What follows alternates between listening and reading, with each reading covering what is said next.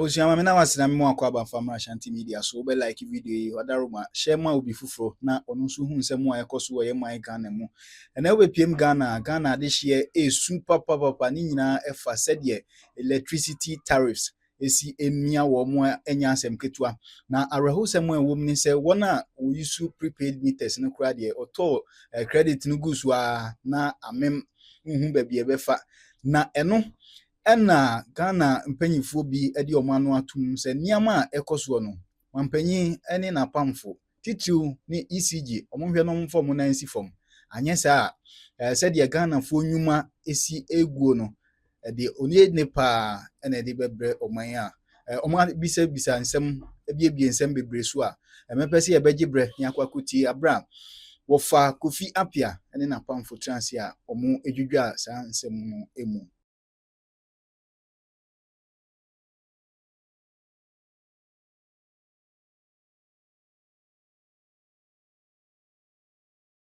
Something nani say obi na oka AC sem eka heater sem eka we sem obi yusu AC yusu heater o yusu sa nyoma ni nyina in 2024 na sa nyoma no yusu dada o jaisi so te say de wo kan o jaisi so dada heater no anopa bia o yusu dada na o tua 300 cedis ene o tua 1000 Ghana eno ni eka. No. So for would you to say needless noise. No. Take your time. Take your time. Take your time. The reality is that and now be didn't heat a C so and now didn't ACC so. This is issue nini. Obinu yusuni AC dada. E yusuni heater dada. E yusu sa your money dada. Now months otua 300 cedis, 400 cedis, and otua 1000 Ghana. That is what we are discussing. And you see, offer the issue is this.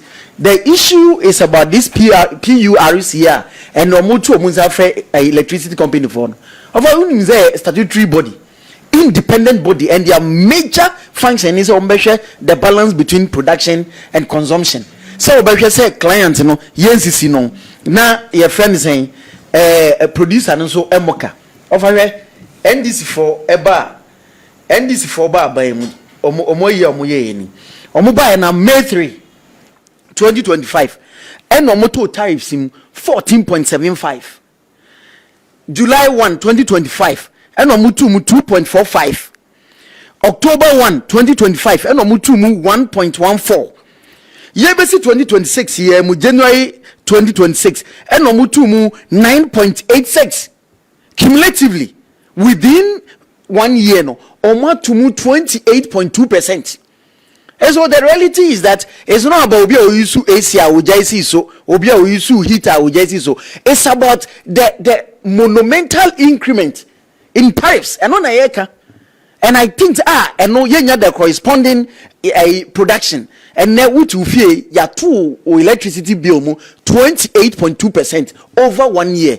But what assume Dumsor mu and obi see okoto prepaid se si anashi Nebeshi offer because and 30%, almost 30% of Sika now would like they know. So the government has taken it from you. And PURC, much now ma sad a unioma way in Akoso, Montimian Frobia, you couldn't summon anybody to question the person. And at the institution, so people are crying. I feel now we end offer these are public gimmicks. Engosi omo friend gosi because omo sha se no wo na wo senka wo tena se na ka wo as independent body a wo ye creation of a statutory creation no act 538 as say in the creative mu mu wo to me senka mo be hihye sa neoma no ama bibia to ne kwan mu no mo anye enyoma agense mo wie na fe na wo ba free na wo ko frɛ no aka agense won te so anaze onye but offer this is the reality omutu sa nyoma we mu na electricity bill about 28.2% no and na wama adwumayini na ban adwumayini no 9% salary increment na ka basa enka nida so ye kokoko kwani no kono so be kushin ayi no because what kokoko kwani no sikam 36 million etike kokoko kwani no kura bibi ono so betimi the stimulate economy no and once akoko reduce the purchasing power of the kokoko kwani no kokoko kwani na hoden no what's akote so 10 million any etire ayi 80 cedis ana 800,000 mechanic to Oscar na enti koko kwani na nko no so betima stimulate economy no ono so akọ reduce na hoden enti ne wo atebubu na se waburo wo se yento wo se ubinsi wo se yento wo se obayre ne bo aba form so still yento a it's because abaya fa sika free nipa botom wate waketu ya so and we increase electricity bill 28 point almost 30%. And na yenya anko obetu ya ketu ma ban dwuma yefo ayetete yi anko obetu ya ketu mu nanka sika bu ebotom ne stimulate economy na wo aburo na wo ton no bayre na wo ton na abafom yetima beto no wasan ye friend say aketu antum ode maye no for the past 10 years been see that is the least owi en wasa ko fakuani no koko ni no en wasa ko tini sika so 10 million na ususu say wo ton bayre aye beto.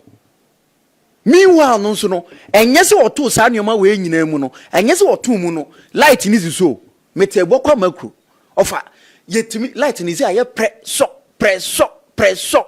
I am saying say enka Ghana for the economy say Ghana for fan MPP da sa presso no say MPP peso a enka Ghana for fan MPP da but I don't know say this ba no monya your friend is a Ghana for so but me te Ghana for say Ghana for GDS say MPP na betima bu o man we and with your marking scheme or mode man MPP ni so higher about 10 times higher than the NDC because mobile omunya hwe ukọ yes anyoma we nyina na obi tia de hye 40 AC 40 heater na omu complaining no na omu si sa time no omu yusu AC ana sa time no omu tua 300 cedis 400 cedis a week ani a big month no omu si sa time omu yusu AC.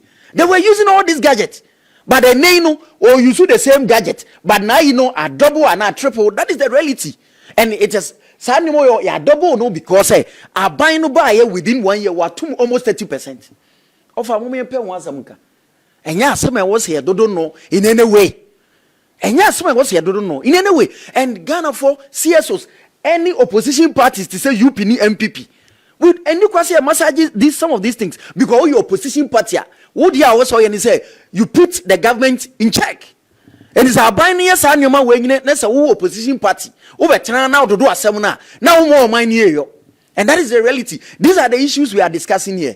Mestre say PURC or we independent body or more juma a friend say or act of parliament na create more obi ani musu control mo nhwe se mo be manhyehyeye aye adwuma. You don't dance to the tune of any political party. Oh yes sir, untimi yield any result of me that's Dr. Simon Martin and I wanting speaking Dr. Simon Martin and I wanting speaking for the NPP or no and or also or they so at Uncle Franco to a champo of Doctor aka brunya makoma miensa ansana yatoba aka brunya makoma miensa na yatoba enti ya susu nyemienu mu nyemienu sa nyemienu da nyemienu so say 2026 2027 2028 ye beto abana wi ansana December o enti ye beto ndide ma 7 ansana sa brunya na ba de aka mienu that was just on the lighter note. The quarterly utility increase as agreed by PURC mandates the government. Sabi obatoto enyina mkania boomni isubo. Yenyina misam charter say. Edunti say enyina mkania bo no akosra. You don't solely blame the government. Idea the independent body as you rightly said no. Ajatum ono na ye timamfo ni nyina sabi na musifo a omogitum se emra no bra no sei no sabi nyina mukani abo ni so bo no ye ntotom ne fa nko sei many of our be adwene say the way a man yesu appliances no a contributory factor but that enon kwano en maho kwan ma sa sabi mfom so ayi koso na say abenedia Ghana for this say no injustify no the rate at which meters, new meters now is etitena exorbitant. I think say any inchemu bia no a uchemu be ye. Me I am de bebre say PURC wajatum na o ma invite I think the energy ministry say ana ECG so omumra no mo mechirem e kwankra sa meters na new meters na aba no e fa so tete no too exorbitant and uchemu ba bia na sabi enchre enti media mene PUC be ya adwen mene of anso be ya adwen say ebrasom say sabi yenyino munkane abo no though you know ya tia ho ase say brano bia no say nyoma ko nanimu a because cost of production no e was ro nti e ba sa no e was say nyinam kan abo na isu bo no e cost ro kakra eno nti ye nyina nso ye hwe ha e be say isu appliances ni such as conditioners, kettles, microwaves ni ade na isu no fie ni nyina nso ye hwe ni. But ultimately how are meters na esiba meter prepaid meters ko obi dada ECG force e baba sesa na ma smart meters say the aba no na e na hwe power no more and nti make ho asem no say no I was so baby omo ko fan e de baye no omo hwe ho no omo hwe ho asem kan yi say the no offer ka say the do ha ya outsource the ma company no no akofa your friend say inferior meters no the ababa bo ma sabiti mamfo na timamfo ho e kwa ho hihim enu nti no we know it behoves on ECG so on by due diligence na meters papa wo dwa so no omodi bia ba no omodi ababa ma timamfo because saban investigations omo hu no say meters aba nyina na inferior meters and for that matter I was say yiri nyina na dey for bad and no another cost to the country and don't know omo si gina ye and as omo for bonansi for they should do the right thing. Now no more say last year me kai power for Jumadi aso ye ba bobo omo cheaper say omo operations no is bedeviled with a lot of corrupt attitudes and corrupt practices and for that matter me feel say you can't say asem no omo so original ye adwuma no ye na that time no omo revenue collections ni ade woods and focal rounds no more repair meters ye huni say you can't ho asem sabre no omo tu ho na ho e ma na nyoma ye den e gina kama sabre nso say 40 meters na aba was omu tu anamo meter bia enya grofobel logic complaint bia me gidi say also mutu ho anamo no mukoye no ye niye me doctor ti how say body or this adumni adan sa quarterly increase in tariffs no so mo bless na ni ho na wo ho so you don't blame the government for some of these things minu ano no be we have any propaganda no kreka na ye yina no ye hunu say o man ye chichere quarterly increase in utility tariffs wo ho enye ye ne de ba ye mu kwa no bi esla say mu de ko share wo so at as energy sector levy and kai ba boa the energy sector na e ka bia the legacy debt bia da hono ya to be that so mo san de ko sia wa je hu sika di ye hu de mo de oye nti se ka se ye ko de na nke was some tenten bonipo but and then yen center on the meters the inferior meters na ba system ni mu a nkofo complain bitterly se sa hwe ya ene na ka be de nkofo so no we kra no ye ti na ye se woni power da kan ya na dum senka ya say of a postpaid ni bia we use we answer wa kotua ne dia any kan crofo bobo ka pa yi into the ECG be on your toes you should be up and doing up your game now 40 meters na aba no mu fochire de obo complain bia no mu hu we nya aban asem we no utumi fa nkosha aban sa aban ye ba ye ne ba some meters almost start to supply we are the big Mahama time and almost started supply some meter until ye was bo be the boy or no ye this aso bo no eba bo no but ye fa ye money dey so ye the dwuma give you that to work awie Ghana for any the rightful beneficiaries ECG masem mun so de na mun to na mo 40 meter bia was system ni mu a man ko fa complain bia no you should up your game you should repair those meters na Ghana for so sabi omo hu harwo kakra ofa na das right we so that's it zawa me ko benim yeah right okay but o can be say I ban na adini mu tutun na ye hwan na tutun ye and no say MPP pens no na ye tutun no the bottom line is that enya me na me ko na enya na de ko kan consumer no de onu use ni light as MPP aban so na ye tun Mosumu pension na mutum. Nenso neno MPP de no tua 3 million na wo de pension no tua 10 million. And it's been established. So that's the bottom line. From engineering perspective and answer from that's why we can attest to what is happening. Yes, yeah, too mama evidence over 1 year no. The way are buying this here to 2. What 2 about 28.2%. Right. So that's the real and tomorrow but so figures na amount be equal to no there. So you to 100% over so these two parties. The Biomba see back and forth. Anyway, we say. And until you can say no, you bro me no. Now the right party profile solutions. We may be out with the old the one who miss the the maybe on accusation upon accusation. What is the way forward? That's the most important thing because we cannot root our future in the past. Baby address is saying no. We have to make sure that you focus put an eye on the ball. At the end, now, see a bit me, a bit my solves our problem. Yan say, Kebetra, ye can't once. You say, easy if when you see, when you see. No mining in our own tone. But we baby, no more accusation, no solution. Me say, I'm out of such things because my boss or training me. I'm first searching the trip.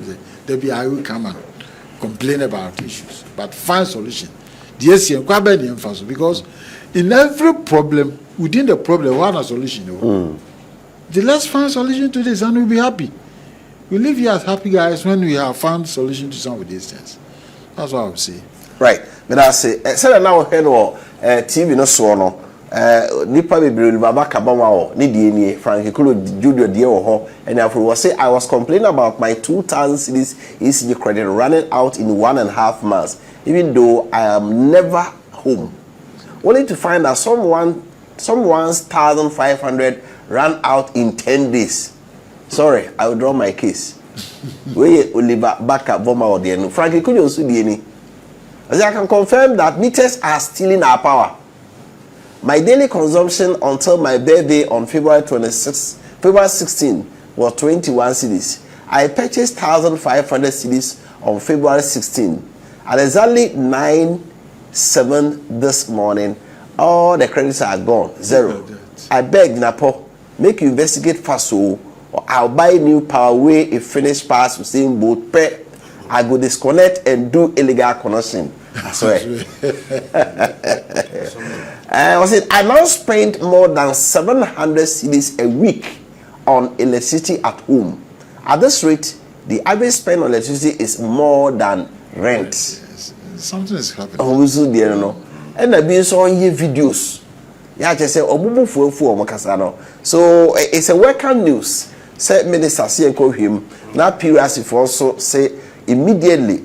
And you really say easy for immediately. I'm rectify a problem crab because you agree. Say January more yet to see a betum kakra. The way to moon buy any day. People should not be buying that so much. In this era, I see you ever hear 24-hour economy. Now imagining how this hour what's that starting with now 24-hour economy. I buy say a better thing can you have so I'm say what doing now kind of call anajo ana. Oh, me say I'm about friends India. Sabra was it?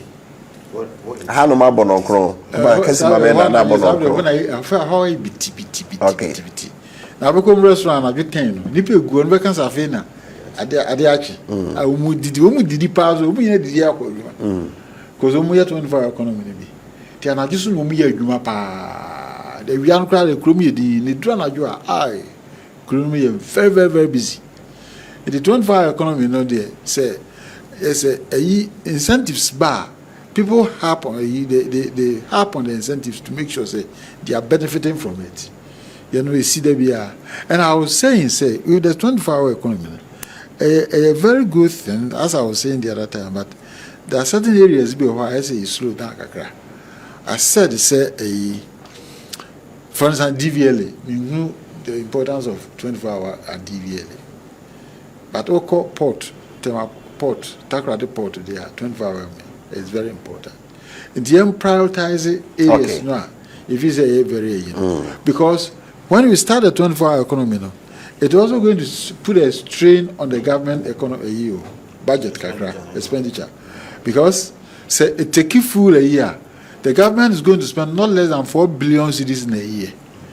It is a quantum leap, a form of scan baby to offset this year. Every year, the government have to find money to it. A good thing.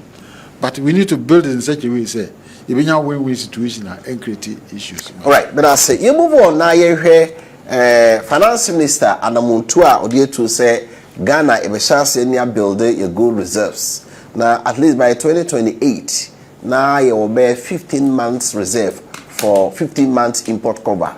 Just say, can you 2 months, 3 months, 4 months, say 5 months? Yeah, somebody bit when you have 127 tons of gold. Now, go. So here, if you come and come Breswa, become 2022 thereabout. Now you go reserve now 8 tons. And now MPP are buying started so to be it could do 30 tons thereabout. And this year, by almost 2 be I could do 37 tons. And actually, I say, or more ton be, I'm a swate about 18 tons. I bet you say, dear, I had or see a year honey.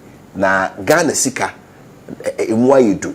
So, into Ghana National accumulated reserve did so ye be building a reserve no na etimi aboa sebe boa ma isika na ho de no ebetimi enso agina eyie majority for abandoned child to ya no minority ne kire say eyade dada no a omode baaye domestic gold purchase no eno na abaye bi a omo eda ne din. This is a new project, a new policy, or the old one. If I saw a basso and saying, and then I go to Bono, air cost of Ghana, a boye pa, a tonga, in your dollar, no ebi igumu. So, Sabri, I build you a chino. That is the best thing to do, and now, because, so, near Yana, cotton, now that you go to Bono follow, and no yes can be manner. Now, would be a day child with the Akon, or the young cotton per dollar from a tour. And as you build the good into and near Mamino, so talk with the dollar or more dollars or and I will keep you good no so that you go to born for a watch no. I say cocoa dear, yet me uncle Tom you cocoa noir, your tray, say a walker see a bit how by Dr. Simon, I'm sure through so politicians, it told me a dear no, we see a year, we used to see a year. Dear, see what do you have to say? Over. Enka. Idea ni den here depa na sususu anso emo o man adai yes na sa policy ya kan che me de ntia regional coordinator for national security e won nsem no metiti say want manchi obi okoye amanfo ne nkofo say ono national security coordinator want manchi ye friend is ne nkofo bi ne China for na fofo bi e o galamsey site Matthias here say the entire Galamsey no yentimi mbra no oman offer this is the danger say na ban kan the finance minister e kan e ma menu otu champo mo hwe ni di man be kan was it Mr. Speaker Ghana's strategy for the acquisition of the 3.02 tons of gold per week is in twofold. The Ghana Gold Board to acquire a minimum of 2.45 tons of gold per week from the artisanal small scale mining. Then he comes to say the Ministry of Finance will be making budgetary allocations to the Ghana Gold Board to achieve this. No, what's happened, baby? The Minister for Lands and Natural Resources to invoke the preemption right under Section 3D of the Ghana Gold Board Act 2025 and Section 7 of the Minerals and Mining Act to purchase a minimum of 0.57 tons of gold per week from the large-scale gold mining sector.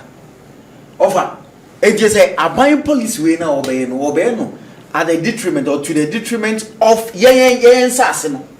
So consa, I'm saying no because say na buying say or better 2.45 tons of gold per week from Galamsey for no. Sir. Oh, and that we may find it direct. Me patch or direct. And I make quote Maui, we Minister of Finance brought from American. Or better 2.45 tons from the Galamseyers. Now I talk 0.57 from the large scale mine and no crap on our friend are buying echo trigger setting emra. No what me.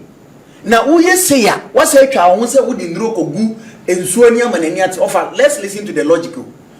And so no and conphobia Galamsey the Hunon. And now no see 2 days via na de bia wodi ade wakot guani. Are they saying so mudi chemicals ni guania? Na Galamsey for no to aso ya. E say chemicals no mudi gun so nani no. Galamsey for no ye kra so ni hunu bio. Is that what they are saying? And per the figures out their mind say omo say omo ye 1 kilometer bia $200,000 no. Eti ye de koye ni guani. Na the next day Galamsey for no koye na sa hona. Ni asa fesikani da koto chemicals ni asa de gugun so nani. Na ni asati na Galamsey for na here. What kind of warped thinking is this? I'm worried about this. The woman will say, "You better born until you fuel Galamsey." It's as simple as that because I am na make of. But say you was small scale miners. You see, I always quote directly from the president. Yet the president didn't fair more of a media next year was near Nyanza for a woman. And now Mukachi say, yes so galamsey ni tua aban no see president na numa se mo mean tua because the amount of gold na yenya no yenya free sa ngofo ne ho enti ena omo ka kire say from at the time no want to segregate between the illegal miners and the small scale miners. It is so galamsey na no enye direct. These are words from the president to the people and no new mudin komo. It is a naba be ka kire say obeto 2.45 tons per week from this Nkofia. Who's say betima see galamsey anokwan. And these are the realities. And me dream one me tiase. Enti no ye de en wo share program na se na wo ka se enro chemicals na ye de betin so nani no. A we say ye tie ani awie na ye tima yusu so no. Ana ye tie ani awie amenso ni ntimi yusu to the extent say emumu akra akwa we a obenya asem.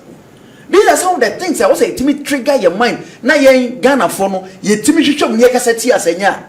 Because the eba ni ye wuntimi goto gold in free large scale miners to say Anglo Gold ninki ka ho Newmont ninki ka ho nebo mu beto no galamsey for no one enya bibia wo se nyina dweno enti wo for now no the aban ne be ni say wasa kwotiti kokoo bo so no kra de offer say ya nhwehwem afa na kokoo for no kokoo akuafo ne beto nto mo nsase o because what the sika so 10 million eni achiri na se nei wo se beto gold afi galamsey for no a uzu se galamsey for no wa show mu kutupa eti nei no wo be pump sika gum. Looking at, they say, world prices of gold, world markets, no, or Benyeska diato, now if you can, what's in the cocoa scasso, or was I say a cocoa, a gusua, and a cocoa, a forosua, or go chanto magalamzini.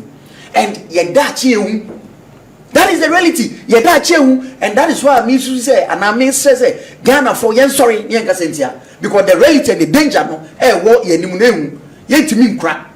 Mamma Maya in Nisi. And I keep saying, say, this ton approach, I have said this time with that number.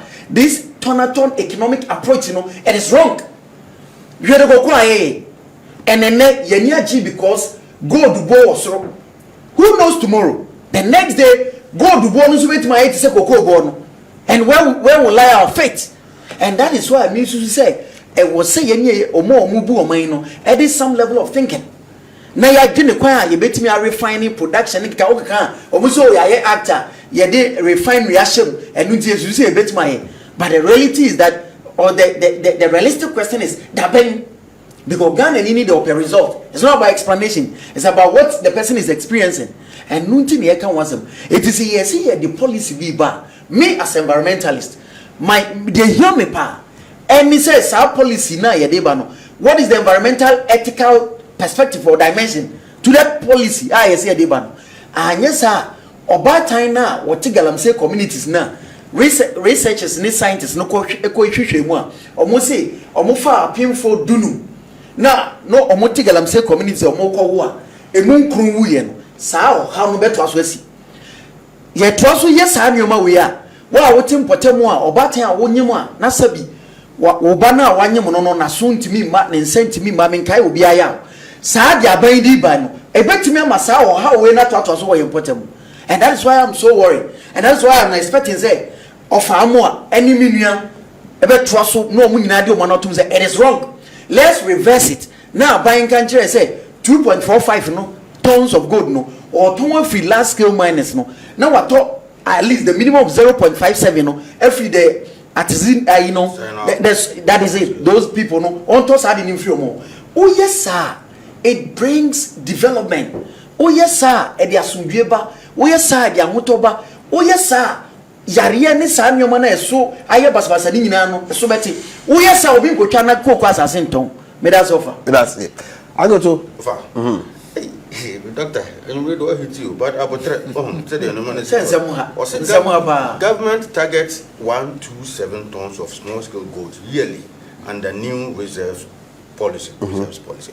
Over a caption that way, very glaring. Obia who they are buying the intentional or person or the bar of my way. Over the years, gold has been our backbone, and now the year you start to say reserve gold. Am I a Gina brand city, no, especially a Gina brand? Am I a foreign reserves? And so you're hoping by $13 billion. Agua, Menoka say, import cover an idea.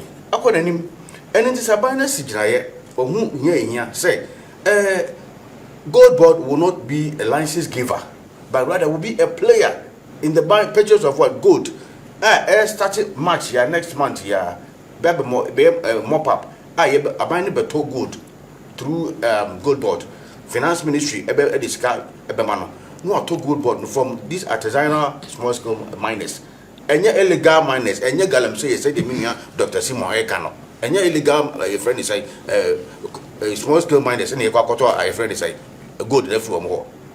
Artisanal small scale miners, and a cocoto, a good year no left more.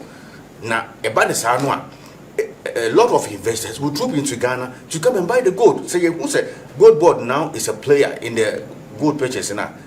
Or more, Sebi, Nanky licenses now more the mediators or the middlemen. The license more to gold medical. And the hand dealings near the woman. So Gold Board now cast a bomb to gold to be. Now what trade gold now? But you say, a Jumasun Cassia, a boy is secret city near them. You don't be brave. Mabruno Subenya Jumaiden. Aye. Now foreign investors also be say no. See you seek an agent brand dia. Omugo musika babisha economy, the economy na day. Agro. When advantage what this policy are banaso. And see mama Dr. Simon, na nkrofo na win every aja call drop person here to good wo Ghana has say. And net aban papa ba a wodin hye egu akwama wo wadaro mamini abisha ejai. Aban papa ba wodin hye pa egu akwama gold no omutimamfo ni benya so mfaso a I was say ye nyina ye bo aban ni chidom na wodin hye pa na de egu akwama bi ne so owura to force anhwe anyehwe han se sabian koto gudi a yes most friends galamsey for I be say yensu be say kwaye. The question is say sisi a obo mo ye galamsey no omoton gold ma han. Say you are accredited buyers. A Gold Board that they license now there. Our very say good no from these small scale miners. Now the person see and we galamsey and the person see no. So we to a good day now. You be concession now we yes we juma no. Na you say papa juma na oba bedin ensensu ense kwaye and say the license na mama odi say juma no fa. And until a time is coming in no distant future no. Galamsey will be a thing of the past. And until this tax force for a day, agum. So, why would need an accredited license? I would do Juma as a small scale miner piano. Ujuma didn't ever Jeffrey himself. Until baby bar, you better say, or more to a good year in a year, or ma. Gold Board and Casama licenses are baby or mutu a good year. A baby and sense won't say quiet. And as I say, or mutu a sense who grana. They will reclaim the land. You better more make that provision. So, who to now? We will reclaim assassin. Numa also we had the cancer assassin, but said Jana and Amosono, Odibe, you might deal with a bedding, a best. And so far, media sank a Yetria and said this Citiana, Camille said a to go a long way to help the economy of this country. Because a man be a good in this ground to catch a mind, I'm a knife from a walk of Bradia. Yeah, or body and I do me, say you didn't share a good community before so who here as I was say, this is as well. A man Benyaso and Fasudi gold abba to stay, good prices and a cost. And we should take advantage of this and then, implement measures about money to no, I didn't Fasudi Abrem Timamu for now MSA soon and say quiet. I am a worry, Kakrani in sooner, course, I did in sooner, I too exorbitant. So, $35 million. Just 1 kilometer of friends say river no there. I know what 35 near Bray morning in a 1 kilometer no year. $200,000 dollars, yeah. $200,000. Of course, I don't crowd for a boa. The idea is a one and per year. And so, good board on your best say, almost say, a supervisor say, you pay credible mining and as a legal mining, and no monton coso. Through the introduction of 9 months and a tax force for blue water guards for no almost now you stop all these illegal mining activities. Now mining now you be encouraged and I say bell lines so when you be any other friends said the proper mining now to my phone said in your son for so and future na mean to go dominate the young corners my future. All right, but I say Franco to Champo and Ottening Cano. Mamma comes out. Yeah, sort of the Bruniva can say is a conundrum of the whole way, as a creative, Nantingro no. Of us, Nantingro. Well, Mia, the 980. Umia so akranisu. Sana akwakoye. But in actual fact, Great Transformational Plan, UP a policy, about this gold issue. Something we call the BRS, ban, restore, and support. Because maybe I am into mining, but not into gold mining. I go at the gold ground. Yeah, and then with stones. But what I know is say Ghana had here. The gold deposit here, what Ghana have. Just say, we say a crocodile. Now that krunu. So okay, the Volta, western part of Volta, no, a corner of war, Barbesin back south. The beer no gold ni. Maybe I tell you to surprise you say you three am now from bear 3 years, you to gold. Now. Your gold you know you fit to 2 years in an Obi explains it is a crocodile, the tail green anyway, quarter of the tail. It is a gold no hano, a dozen. It is a woody I just over to gold now. You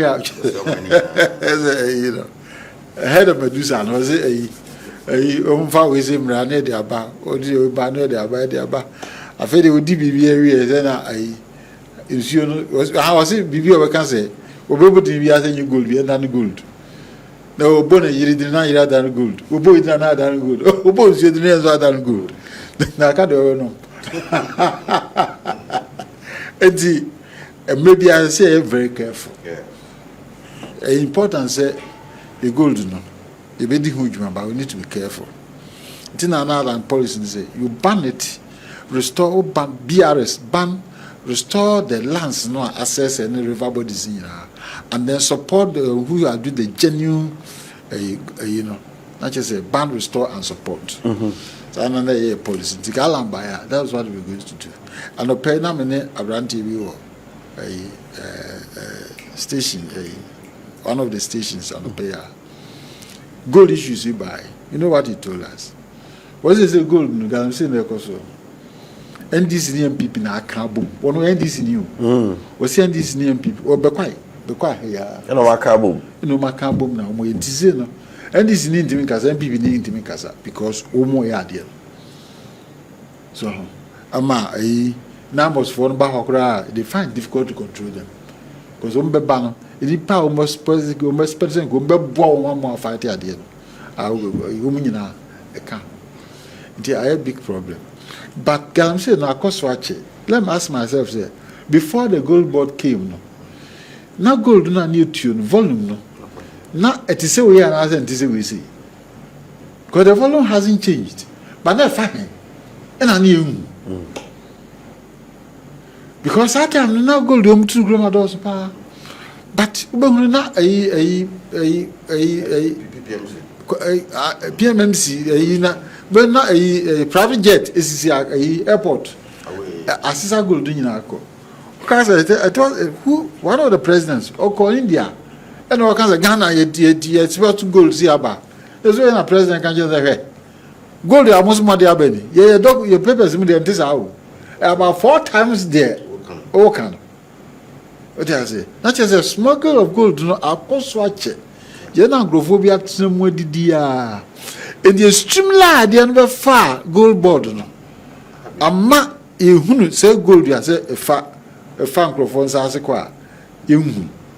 And to me I don't support Galamsey in one day in any form. In any form, illegal mining, any form I don't support it. But gold na yet you know. Say microphone export to ko na yenya so bonne no a. Na say timi de fa line from nebenya some faso. Nebenya can be the about solve our problem here. I think say we have to look at it. Because you are not careful. Nkrofo be fe gold nyina ko be powers no be fa be wi gold nyina ko na timemfo na etim hwe gold geze Ghana ha dia na get support to the economy borrowed money.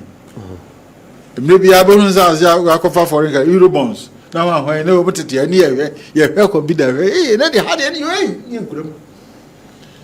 And then say euro bonds in the never became. You timid the dollar, no, sorry.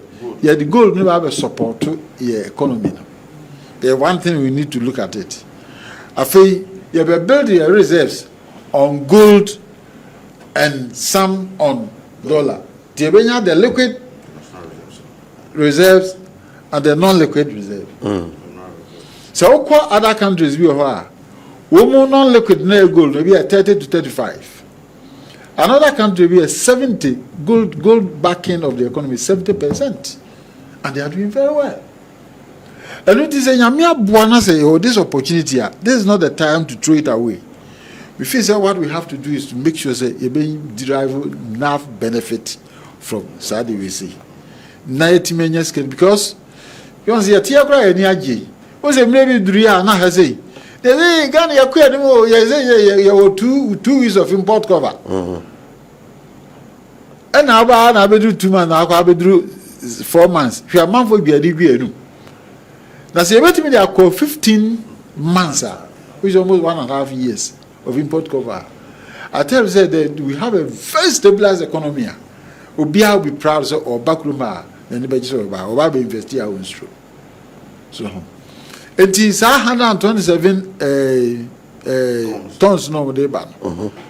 It's going to rake in about $21 billion. But the answer no. Import, is $28 billion. And even if the 127 no 21 billion grand.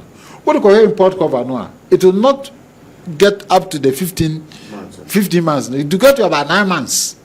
Because we import cover no any we deposit no any import cover no. And match there's some kind of variation. By 2024, now you import a unit $28 billion. But what we have to do? See, productivity in the country. See, I've been in a say the dollar beko, the gold beko, dollar bar. Do you see say your productivity because you know I been in say the dollar the cranium. In your dollar no go idea be a pesi be betimi the akraba. The productivity in the country no ya remember so productivity say who space here who productivity who production when you have space, because there was a time when more examples because foreign loan be the quarter equipment. At a point, let me chase canapa only to chase another $1 or 4 cities near you. Man, even Sukra, a radical to 10. I feel I'm more Yiram. Phenomenal Crawford, the Diana, yes, a chopper and a power. What I say? But first, not as a means of Musuya. It is only rumor, say, $1 say, you know, affected when the Crawford becomes cash. And it is true, Grandma, what years we become some chase. We are you see that the whole world is crumbling under your feet. So yeah, was you see your world is crumbling under your feet. And it is your team here we say now say no team be stabilize dollar and crisis here. I think it's okay. Okay. Me cry and maybe same quantity I me cry, you know. Last the last one we cry, you know. Scar, me not me there cry. Minya difference of the world of dollar, you know. Me save about 80,000 cedis. Okay. What I say? That's a dollar, no? Dollar no baffle. Sanya manwa, satam no boy, you know. A buzz here, baby so bad, me kwa you know. Must save about 50,000 cedis. Go do it and I'm piano first. That's what. Okay. And so where your husband say, will be a doctor, and I say, will be the we call hospital. That's in a typical critical condition. Okay, near my bed, and a doctor anyway. Or her temperature, or her o pressure na wahwɛ o blood o sugar so na wahwɛ ba ko it is all wahwɛ sa na ne nyinaa ya onim say stable even so okɔ hospital kra na say o ma di machines yes na kwen no and the machines near bed with temperature or pressure or pulse and sugar no monitor say enya your mass free yellow and yellow red say with the red now say who's after the stabilizer near you near the yellow what I say the economy be thrives on the economic indicators when indicators are good you are expecting say economy to be travel exchange rate or from interest rate apart from and a drop in inflation. I mean inflation apart from one. Then why can't you build what you are doing? And until now, man, go Brazil, my free the system might cool it down. To me, it is important. Once they are cushioning, they are using this to build, It was a first step. A very good step within 1 to 2 years. As you are able to make about 35 billion, we square up the 28 billion import now. Now, financial say we had 15 months of import cover and then beyond it. And to me, okay, US here, we will go 8,133 tons. A big baby, we call America, Algeria, 174 tons. Ghana had 31 tons. You gold ring out of honey free. The dear pan higher, dear bit me the boy.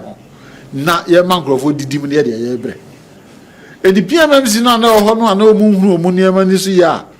Maybe amount for smuggling gold. No, you stream like the enemy is stream by far is far mainstream. No, I may gold by even though a bin out of Galamsey, but Galamsey Corona Grove Yako.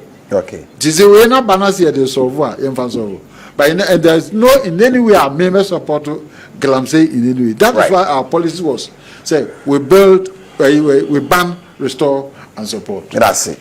Doctor, a quick one. Go. Over me will be Mr. Me say and you know me especially offer. Etias say, or mine or bobo mudini nina. Omo gold depositor, omo nyem fancy environment. So about US. Or my benefit in the environment here go. I mean, it can't happen. Omo environmental ethics na win yomo. Me so me catch from say. Sa policy ni say PMI PMS MC now working. These are brainchild of Dr. Baumia. PMMC. Hey, no. I mean the good. Sorry. Good. I mean the good buying. Yes. Go for example. That is it. No. Take your time. We are. Sorry. I mean, sorry. What I mean or what I meant.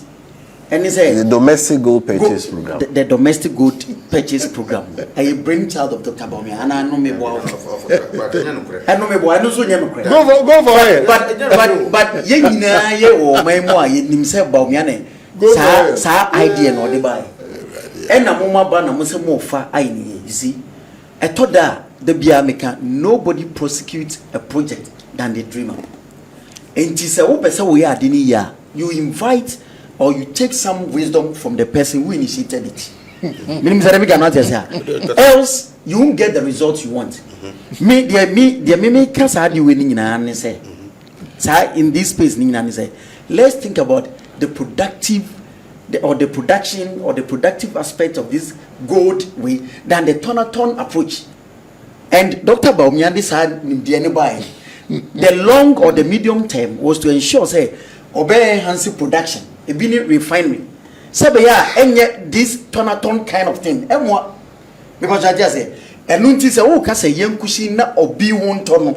Yenya that $21 billion na wo kan na Ghana fo nyina wu. Na abata e wu nyina na obi ewu. And that is what I'm speaking against. Na yemu oman sa US no ni Algeria no ni ade no. Some of these places I think you have fair idea and some of us have fair idea about some of these places. You know say environmental ethics is a serious thing, is a premium consideration over there. Abua crown to be for answer kan. Na gambesa was siasa ensu. And that is the reality. And no na say Nipa na o dreaming is hard. Consult the person. Now we make sure say more expand the consultation. And make sure say more your results are more. Me that's. Government has not relent on his fight against illegal mining. 9 months 4 year juma. Blue water guards 4 year juma. Ningina are jet towards fighting illegal mining activities. The year gold purchaser year baby free artisanal small scale miners for. And that is emphasized here. That is guarantee. What I say? What you are saying is the brainchild of Ura Mahmoud Bahumiano. Say the brainchild Say the brainchild and pa and Casabriano dollar net free airport and come on from Ukraine and Russian war. What you say? And now Obiaba no the insist papa na dollar na sabi the Piotr Tramia see the original brand and no make a cost near your friend say target a see so say annually about talk 127 tons of gold. No abaye see buy a general attract investors. General am see the NASA as original brand here. Meaning what here catch say the brainchild of Ura Mahmoud Baumia. It's never so. And you know but it's gold for oil or the buy and I told swim and yet you may be. So what I say, and until what I want, the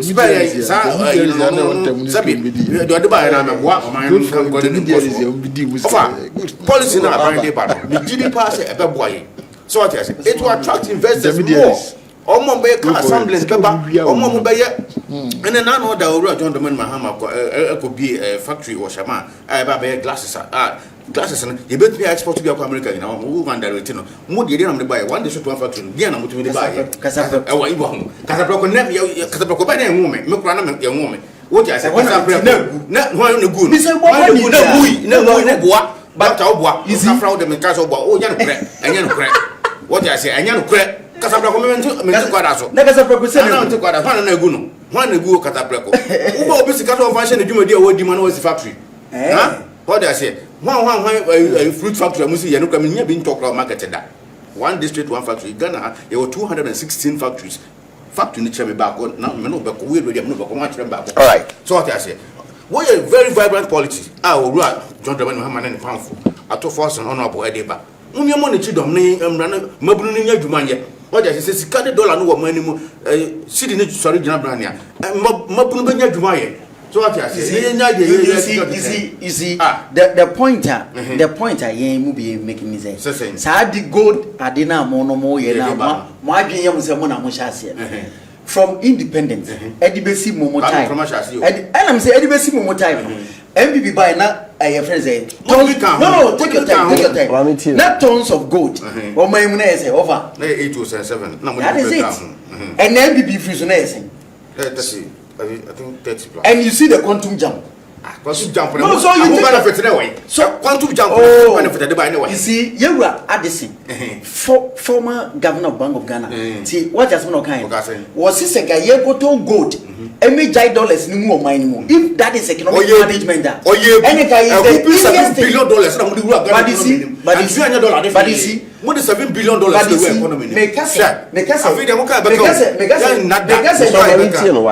the Ghanaian economy now you go through this anesthesis na nurse for IMF for wo empany o dey say and the anesthesia processes na nervous system ni mu and no na enjoy 20 your friends. All right, that's it. Now that process is going to take away and you be feeling the consequences of that. Right. Now God no man find chimore because MPP a boy contributing to this quantum jump. Right. But that's it. That's it, doctor. I was for the punch you made in our hair or Kesben Television Society and Cow Kesben 93.3 FM. So my message is no ekakra. Now before then, Mr. Obama, you could see the Minister for Lands or Kaye or Brasil Jobs say no excavator Makuma Henum and a bra NDC by BD Sono or my GF amount for Galamsey for Jumano Jesse Kosopa Afufro Makrabe 490 aba Tema Omajini in Ego. Let's listen to Honorable Umano Amakufibua what he had to say the Okakae or Parliament on the fight against Galamsey.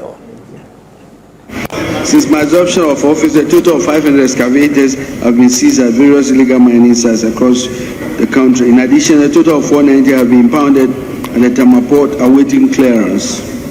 To speak again, I wish to state categorically that no excavator seized is missing or unaccounted for. The ministry has data on all the excavators seized and their location.